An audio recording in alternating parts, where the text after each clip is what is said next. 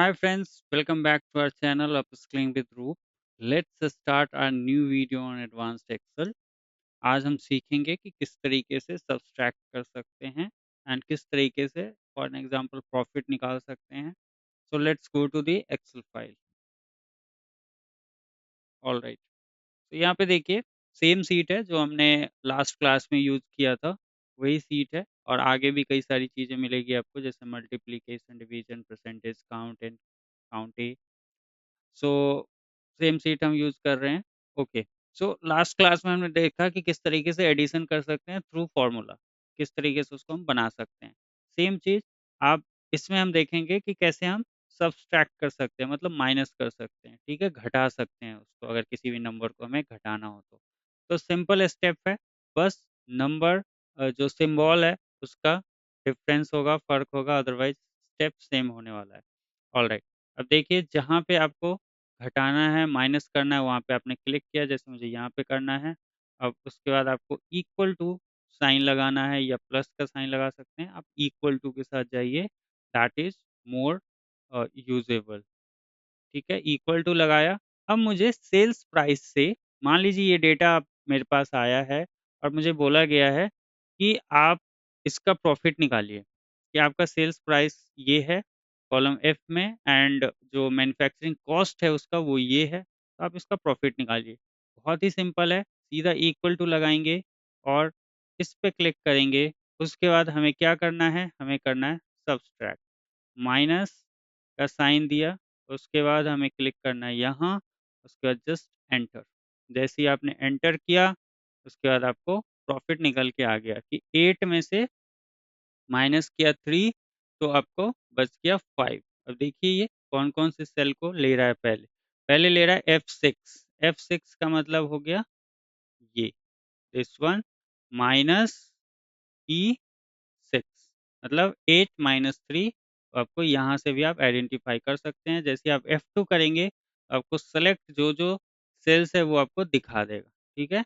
Skip कर दीजिए, आप उस मोड से बाहर आ गए। अब जैसे आपको पता है इसको आप ड्रैग कीजिएगा, आपको पूरा का पूरा ड्रैग हो गया, ठीक है? 5-5 का ही डिफ़रेंस आ रहा है क्योंकि 5-5 के ही डिफ़रेंस में ये नंबर्स हैं। If you want you can check. ये देखिए सारा वहीं से लगा हुआ है, सारा वहीं से लगा हुआ है और इस तरीके से ये वर्क कर रहा है। ऑलराइट, अब हमें देखना है कि अगर हम नंबर चेंज करते हैं तो क्या होता है? अब जैसे यहाँ पे चेंज करते हैं, यहाँ पे कर दीजिए 140 ठीक है? नंबर चेंज हुआ। अब मान लेते हैं यहाँ पे कर दिया जाए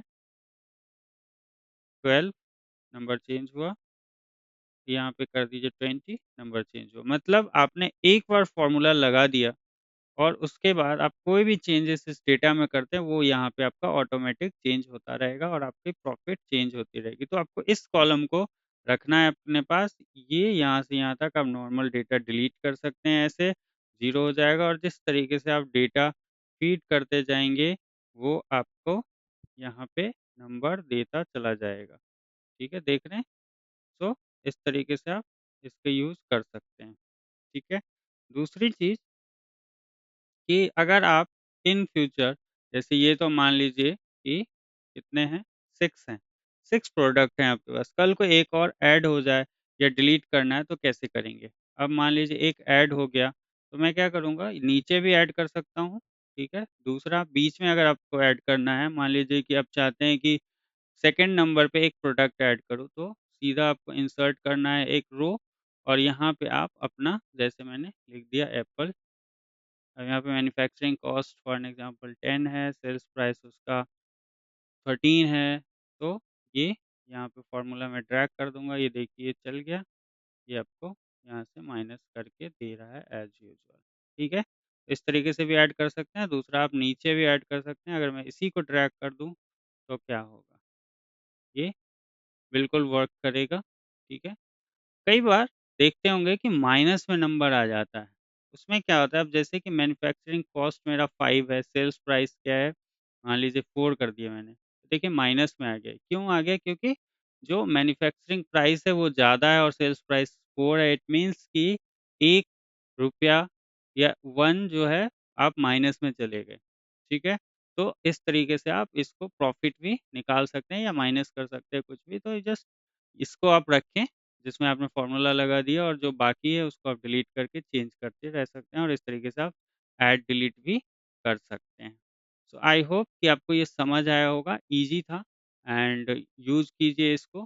that's all for the video. Thanks for watching.